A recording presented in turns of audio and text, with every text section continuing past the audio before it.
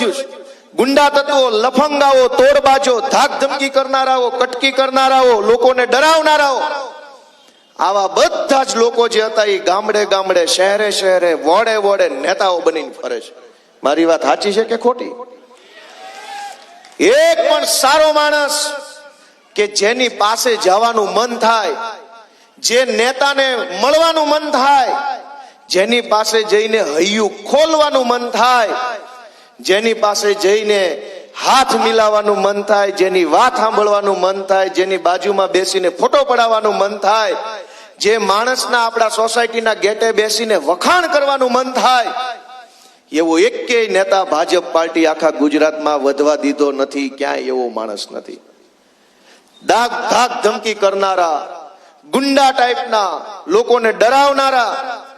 આ સંજયસિંહે કીધું એમ, અમારા મંડપ વાળાને દબાવ્યો કે આપની સભામાં મંડપ લઈને ન જાતો. હવે એને મંડપ લગાવ્યો હોત તો અમે એને જે કઈ 5-10 હજારનું બિલ થાતી આપી દેત ને, એ રૂપિયા કમાતી. એ ક્યાં આપમાં જોડાવાનો છે? કાલ ભાજપની સભા આ ચોકમાં થાય તો એ પાછો મંડપ લગાવે, 10,000 એમાંથી કમાય.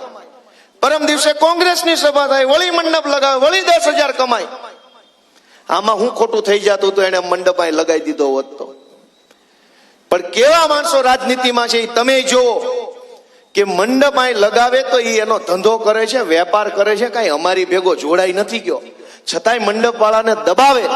આવા ગુંડા ટાઈપના માણસો રાજનીતિમાં હોય તો તમે કેવી આશાએ બેઠા છો કે ગુંડાઓ તમારો વિકાસ કરી દેશે? કેવી રીતે ગુંડા વિકાસ કરશે?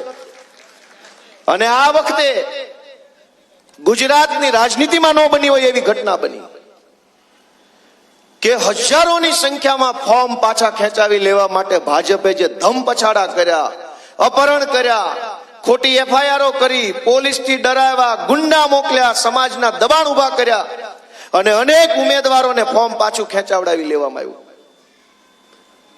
14 તારીખના દિવ્ય ભાસ્કર છાપામાં આવ્યું છે. ખેડાની અંદર એક ભાઈએ તાલુકા પંચાયતમાં અપક્ષ ફોર્મ ભર્યું. ઈ ભાઈએ છાપામાં છપાયેલું કે ઈ ભાઈને 10 વર્ષ જૂની પ્રેમિકાને એલસીબી ગોતી આવી, પ્રેમિકા પાસેથી અરજી લખાવી કે મારી હારે આ ભાઈએ 10 વર્ષ પહેલા આમ કર્યું. ઈ અરજી પોલીસે લીધી અને અરજી લઈને પોલીસ વાળા તાલુકા પંચાયતના અપક્ષ ઉમેદવાર પાસે ગયા, તારા વિરુદ્ધમાં અરજી આવી છે, ફોર્મ પાછું ખેંચી લે, નકર બળાત્કારનો ગુનો નોંધીને જેલમાં પૂરી દો. તમે વિચાર કરો કે કેટલું વ્યાજબી છે. વાપીની અંદર એક ભાઈએ તાલુકા પંચાયતમાં અપક્ષ ફોર્મ ભર્યું. ગાંધીનગરમાં બેઠેલા ભાજપના નેતાઓએ મામલતદાર ઉપર પ્રેશર કર્યું કે કોઈ પણ સંજોગોમાં તું અપક્ષ ઉમેદવારનું ફોર્મ રદ કરી નાખ, નકર તારી બદલી કરી નાખશું, તને ડિસમિસ કરશું. મામલતદાર ઈમાનદાર માણસ હતા. એણે નક્કી કર્યું કે હું ખોટું કામ નહીં કરું, જીવનમાં ખોટી જગ્યાએ મારી પેન નહીં હાલે. મામલતદારે રેલવે સ્ટેશને જઈ ટ્રેન નીચે જઈને આત્મહત્યા કરી લીધી. માણસ મરી ગયો અને પણ ફોર્મ રદ ન કર્યું એને. પણ તમે સમજો કે તાલુકા પંચાયતની એક ચૂંટણીમાં અપક્ષ માણસ કદાચ ઉભો રહી જાય અને કદાચ જીતી જાય તો આ ભાજપની સરકાર ક્યાં ભાંગીને નીચે પડી જવાની હતી. મામલતદારનો ભોગ લઈ લીધો. શું કામ? કે કોઈ પણ સંજોગોમાં બિનહરીફ ચૂંટણી જીતવી છે ભાજપ વાળાએ. 10 વર્ષ જૂની પ્રેમિકાને ગોતી આવ્યા, બહેનોને હાથો બનાવ્યા. કોઈનો સંબંધ હોય કે ન હોય એ એમનો અંગત પ્રશ્ન છે, પણ ચૂંટણીમાં અપક્ષ ઉભો રહ્યો તો 10 વર્ષ પહેલાની બેનને ગોતી આવ્યા, એને દબાણ કરીને અરજી લખાવી. ઈ અરજી લઈને પોલીસ ઉમેદવાર પાસે ગઈ, ઉમેદવાર પછી ફોર્મ પાછું ખેંચવા. કેટલું વ્યાજબી છે તમે વિચારો. અને આવા ધંધા કરીને જે લોકો ચૂંટણી જીતે એ તમારું ને તમારા છોકરાનું વિચારે કે એનું પોતાનું આગળ કરવાનું વિચારે? તમે જરાક તો વિચાર કરો ગુજરાતના લોકો કે આ ગાંધી સરદારનું ગુજરાત છે. આ ગુજરાતમાં આવા ધંધા કરીને ભાજપે તાલુકા પંચાયતની ચૂંટણીઓ જીતવી પડે તો આપણામાં ને બિહારમાં ફરક શું રહ્યો? રાજકોટમાં બિહારમાં, ગુજરાતમાં બિહારમાં શું ફરક રહ્યો? તમે વિકાસ ભાજપ વાળાએ કર્યો હોય તો તમારે એમ કેવું જોઈએ કે એક નહીં 500 જણા અપક્ષમાં ફોર્મ ભરી જાઓ, અમે જીતીને બતાવશું. એક અપક્ષ ફોર્મ ભરે તે આખી સરકાર એની પાછળ પડે છે. ફોર્મ પાછું ખેંચી લે, ફોર્મ પાછું ખેંચી લે. અનેક ઉમેદવારોને લોભ લાલચ આપવામાં આવી. 25-25 લાખ 50-50 લાખની ઓફર. જુનાગઢ જિલ્લાના કેશોદ તાલુકાના અજાબ ગામમાં હું ચૂંટણી પ્રચાર કરવા ગયો હતો. ન્યા આમ આદમી પાર્ટીના જિલ્લા પંચાયતના ઉમેદવારને કિડનેપ કરીને ભાજપ વાળાએ બેસાડ્યા કે આલે આ કોરો ચેક ને ભાવે આંકડા લખી નાખ ને ફોર્મ પાછું ખેંચી લે. એને ન ખેંચ્યું એની ઈમાનદારી ને ખાનદાની છે. પણ મારે એટલો પ્રશ્ન પૂછવો છે કે આખા ગુજરાતમાં ગરીબ માણસને જ્યારે હાથમાં કઈ કમાણીનું સાધન ન હોય અને પૈસાની જરૂર પડે ત્યારે કેમ ભાજપ વાળા નથી જતા કે આલે કોરો ચેક ને જોઈએ એટલા લખીને લઈ આવીને વાપરે? કોઈ માણસ બીમાર પડે, દવાખાનાના પૈસા ન હોય ત્યારે કેમ ભાજપ વાળા કોરો ચેક નથી દેવા જતા? વચ્ચે હીરાના ધંધામાં મંદી આવી હતી, અનેક રત્ન કલાકારો બેકાર બન્યા. તે દિવસે એના ઘરે જઈને કોરો ચેક આપી આવ્યો હતો ને કે ભાઈ તારું કારખાનું બંધ થઈ ગયું છે, આલે કોરો ચેક લખીને જા વાપર, બૈરા છોકરા ફરો ને મજા કરો. લોકોને જરૂર પડે ત્યારે કોરા ચેક નથી. ચૂંટણીઓ જીતવી હોય તો કોરા ચેક લઈ જાઓ. કોના બાપની દિવાળી 10 રોડ નકલી બનાવીને કમાઈ લેશું.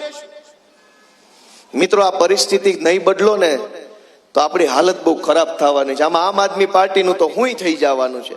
તમે અમને પસંદ કરો કે ન કરો, તમે અમને મત આપવા માટેની ઈચ્છા રાખો કે ન રાખો, અમે તો શું કરવાના? અમે નાના માણસો છીએ, સામાન્ય માણસો છીએ. અમે તમને બહુ બહુ તો હાથ જોડીને કહીએ કે ભાઈ સાહેબ બાપા અમને દ્યો મત. પણ કદાચ અમને તમે ન દો તો એમાં અમારું કાંઈ નુકસાન નથી. અમે બીજા 5 વર્ષ સંઘર્ષ કરશું, મહેનત કરશું, લડાઈ લડશું, અવાજ ઉઠાવશું.